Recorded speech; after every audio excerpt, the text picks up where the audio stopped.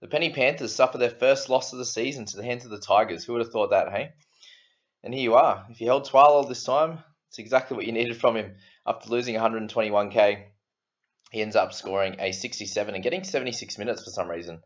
Obviously, Offengawi played wasn't playing, and he had to cover some minutes from that. But I don't understand why this game, especially, they decided to play in big minutes. Is that a sign of things to come with them winning and him playing big minutes?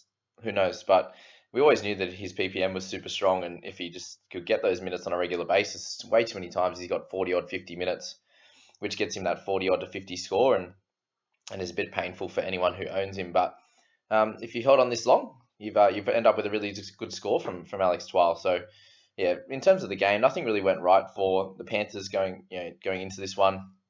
Obviously, missing 7 of their starters isn't going to help, and then just the game didn't really flow nicely for him, and the Tigers did okay, really, in the grand scheme of things. Tyrone May with 57, which was a solid score with 44 tackles in the number 7 position. I've only really seen that from someone like DCE, who likes to get in and tackle hard. So well done to May, who I suppose has been playing through the middle when he comes on off the interchange. So getting that tackling work is sort of just part of his game. And when you've got Burton who's doing the majority of the kicking and stuff like that, then for mates to tackle, pass, and run a little bit, you get your 57. And a few people were talking about bringing him in, but really you're only going to get this one good game from him unless Luai and Cleary are both out, because I think May would maintain the interchange position with Burton staying in the halves, you'd imagine. So that's that with him. Lucy Leilua with 55, which is really, really good.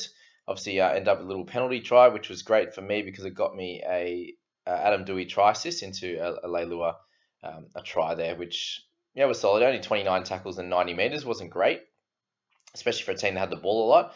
You would have hoped that he'd run the ball a little bit more, but yeah, they just seemed to really spread the meterage around, apart from Twile in this game, for example. But you take the 55, not too much you can say about that. That's where he's averaging. He's priced way under that, so much more than what you're getting price wise. So you're happy with that. And if you picked him up this week, good stuff. Maddie Burton, same thing. If you picked him up this week, you're fairly happy. Obviously, you would have hoped that the Panthers did pretty well, but you can see that this is kind of a pretty normal game for him. 5 missed tackles probably not ideal, and a couple of penalties and errors. So 18 in negatives, which shows that he scored 73 without the negative. So you're pretty happy with his effort, and that's all I can really say. He should move back to the centres when the boys come back. They may also get dropped, and he'd be the guy that stays in that position and plays that 7 role or 6 role if either Luai or Cleary came back, or if both, should move back to the centres. So that's Burton there. Luke Brooks, if you held on this long, 54 with a line break and a try assist, 325 kick metres, couple of forced dropouts, 117 run metres. You're really happy with that, and obviously 10 in the negatives with 3 errors there. So nothing too crazy, but you're happy with the 54, and he's still made 119k for the season. So you can't say that he's been a dud, right? A lot of people are like, oh, he's been no good, but like literally the whole time, apart from maybe 1 week he dropped under a 50 average. Other than that, he's been averaging over 50. There's not many players that have played all year and are averaging over 50. Hasn't been suspended, hasn't been injured or anything like that. So these are things you got to look at when you're going through your team, or when you're reviewing it at the end of the year and going, wow, I've wasted so many trades on guys that were in and out of the side, where I had a guy like Brooks who I could just kept there the whole year and probably done okay. Like I said, he's made money. So you weren't paying, like, let's say, like Damien Cook, like top dollar, and then he loses 100k. You can't just hold him through that. This has been the other way around. So there's only upside with having Brooks there, which was silly for those people that, even myself, and I think the alternates, I'd moved him on, could have just held him and done really well. So there's a lesson learned for anyone who sold him there. Stefano, so anyone who kept hold of him has made 181k and hasn't been playing at all. So for him, a lot of people traded him out because he was a decent price, like 427. You can downgrade or upgrade him pretty comfortably there. But for those that held him, like myself, you ended up with a nice try, no negatives on the game, and some good base there with 32 plus some three tries, 3 tackle busts there. So 53 from Stefano, you're really happy with. And you move on to a Laurie. So sorry, with Stefano, you'd probably be looking to trade him sometime in the next few weeks, especially if you see Offengawi come back. Stefano might get dropped again. He also might have played himself into an interchange position, and he might be helpful for those guys that are still holding him. If we have a few guys like Walsh, etc., out next week, or if the Origin guy's not backing up, then we might have to play someone like Stefano. So let's see how that goes there. Moving on to Dane Laurie, and 49 in his 80 minutes on the field was good. Got a try and line break, a very easy try there, a try save, and then 2 turnover tackles. So you're really happy with that as a whole for Dane. And yeah, it's kind of the reason why you hold him so long, and as to why doing this is very beneficial to your side. Even if he happens to lose a little bit of money, obviously he's mid 500, 600k at one point there when he was averaging close to 50, and he's dropped off a little bit, but that's okay. You can handle that with these types of guys who are playing in 13, and they're not going to be someone that you would need necessarily in your squad going into 17 plus, and for the rest of the season when we've got guys like Walsh there who you think might become sort of a keeper, they might be able to replace a Laurie. But until then, I think you just hold steady. He's not going to lose any cash, and you can still play him as a starter in your squad. So, and as I said, round 14 might be an interesting one with a bunch of guys not backing up, or there might be injuries and stuff from Origin, or there's a couple of suspensions with Walsh, etc. So keep that in mind when you're trying to move players on. Jacob Little, 48 in, and then having pretty much a 100-meter run and a try, which is pretty bad to be fair. 14 in negatives, only 39 tackles. So for those who are interested in picking him up, you end up with an okay score, but you're a little bit worried about the output there going forward. Fisher Harris, you actually would be disappointed with this score. 44 is okay, but with 66 minutes, he had really, really big mins, and you'll see that Spencer didn't even get big minutes in this one, which we would have thought. But Fisher Harris there, 44 and he's 66 is a bit of a down one for him, with only 2 negatives. Only 2 missed tackles, just the 24 tackles and limited 9 points in attacking stats. It's kind of just an okay game when we're expecting him to get 50 plus. So not anything to worry about, but if you picked him up for this round, you're hoping for a little bit more. Similar with Edwards, in a team that got beat, obviously it's hard for him to do really well, but got 162 meters and 7 tackle breaks. So to pick up 41 in a beaten team is kind of what you want with these fullbacks, especially going forward in with your squad there. So you take the 41, you move on from there, and he's only averaging a little bit higher than Dane Laurie. So if you've upgraded a Laurie to an Edwards, you're probably like, was it worth it? And it might not be at this stage for sure. Mitch Kenny with 39, no one really would have him anymore. Adam Dewey at 702k, he's a little bit too up and down for my liking, and that was going to be expected having him in the centres. Is just that he's going to have his hands on the ball a little bit less. He doesn't have the kick meters that was the banker for him to average sort of that 50-55 comfortably.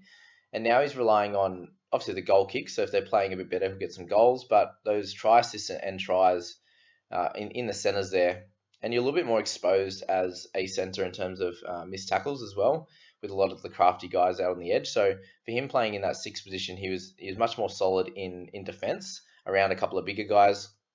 So a few extra missed tackles, the less run meters, the no real kick meters is a bit of a pain for him. And you can see that week to week he's got a 70, a 20 odd, a 60 odd, and then a 34 here. So if you're holding on to him, it's going to be a bit of a roller coaster. And I'm a bit worried that he's not going to be a keeper if he stays in the centres, and I don't want him to lose too much cash. At 702k, if we can keep him somewhere over 650, I'll be okay. And we might have to move him on though around that round 17 buy. So something to think about with Dewey, but at this stage it's definitely a hold.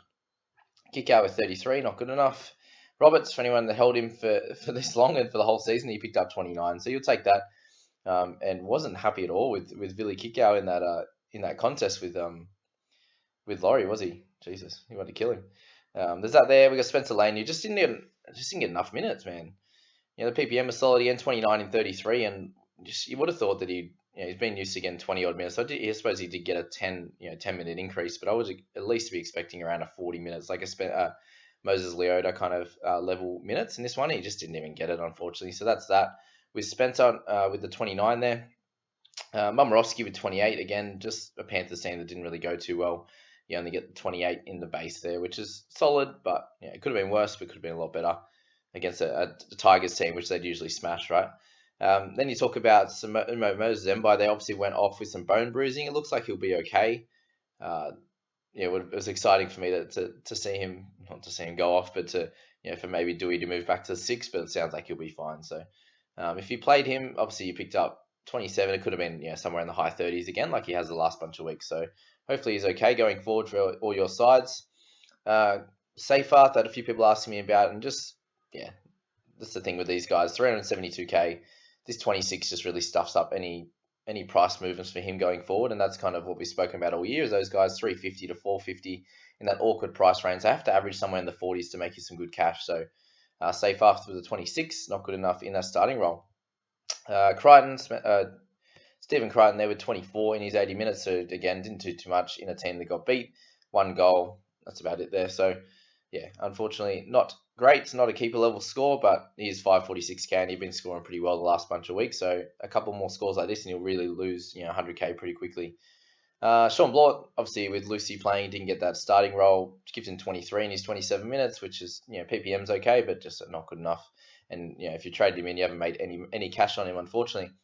Not for Luma in a team that did really well. He didn't get to do too much. Obviously, he had a nice little ankle tap on Staines there, but 22 in his 80 minutes, just not good enough. And he's a guy that I think we just avoid going forward this year, just in a team that's not that great. And he hasn't been as good as last year. Definitely not.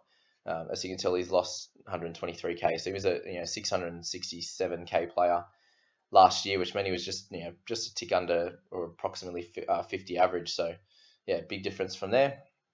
Tommy Talau, another one that people picked up in the last few weeks, possibly just didn't get the job done this week with a line break too. So that's that with them. And then Staines just stinking it up again with a 12. So there you go, guys. That's the Friday night game for your round. I hope you enjoyed that. If you're enjoying them, please hit subscribe, and we'll move on to tonight's game in the Saturday one with the Storm and who else we got? Storm and Titans. So there you go, guys. Hope you enjoyed that. Catch you in the next one. Bye.